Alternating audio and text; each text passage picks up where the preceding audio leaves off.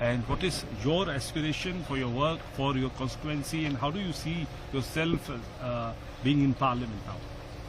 First of all, I would like to thank our AICC President Mallikarjun Kharge Saab for giving me this opportunity, and Sonia Gandhi Madam, Rahul Gandhi Sir, and our State's Chief Minister Siddaramaiah Sir, and our KPCC President DK Shivakumar Sir.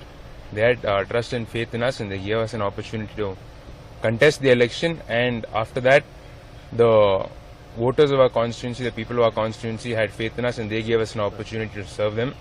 So in the coming days, right now unemployment is a very big issue in our district. A lot of students have finished their degrees and yet they are unable to find jobs. So our first plan is to do some skill development for these students. Once skill development happens, automatically they will also be able to find jobs. So our first agenda is to provide jobs to the youth. Along with that, farmers are also in distress. So what happens is farmers pay insurance premium.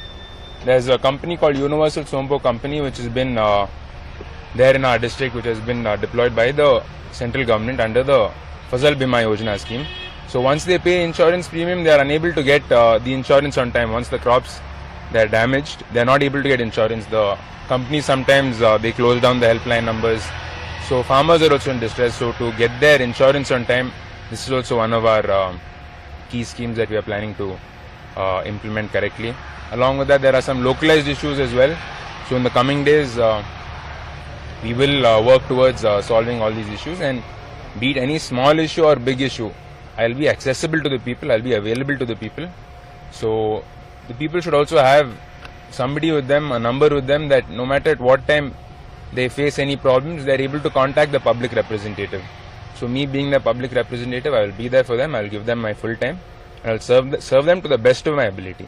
So as I've here done the whole homework, and how do you see the young people coming into the Parliament? Because the people at your age must be looking for the career, for their studies, and for their careers.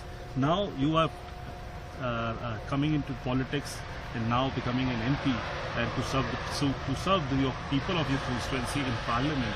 So what message do you want to say to the young India of our country? Yes, definitely. See, in this Parliament, a lot of youngsters have been given tickets throughout the country, and quite a few of us have won as well. And not only, I would not only look at it in the Lok Sabha point of view. From Gram Panchayat level all the way to the Lok Sabha, a lot of youngsters are entering politics. They're becoming Gram Panchayat presidents. We're getting elected as Taluk Panchayat, Zilla Panchayat members.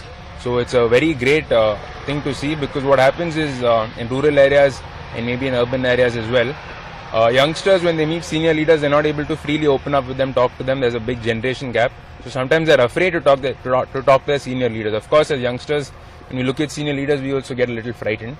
So when youngsters are coming into this leadership role and they're entering politics and they're contesting elections, the generation gap will be bridged, and youngsters will be able to connect with the younger generation well, and their problems will also be able to sort it out better, I feel. And the most important thing is the problems need to be heard first.